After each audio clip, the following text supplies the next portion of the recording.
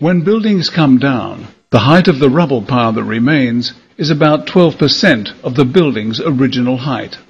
For example, when the King Dome was demolished, the rubble pile was about 30 feet high, roughly 12% of its original height of 250 feet. The Twin Towers of the World Trade Center in New York stood 110 stories tall, but when they came down on 9/11, they didn't topple over. They came straight down.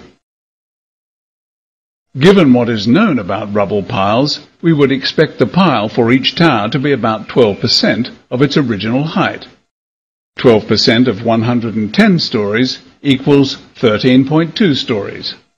However, the lobbies of the Twin Towers were the equivalent height of 3 normal stories.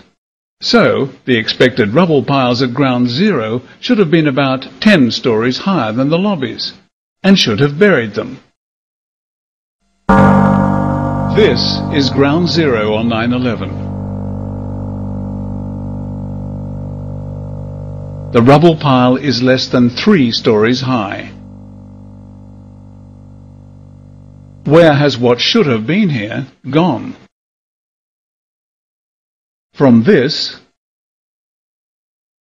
to this? Where did all that building material disappear to? Well, here is a clue. Almost all of the material in this dust cloud came from the Twin Towers.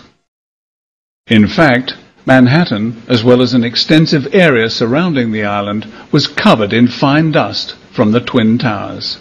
This dust is the missing material from ground zero.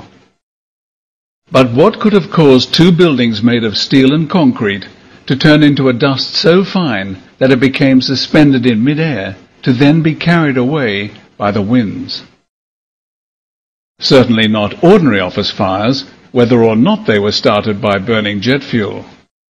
Even a conventional controlled demolition does not turn most of a building into fine dust. So the question is, what on earth happened to the Twin Towers on 9/11?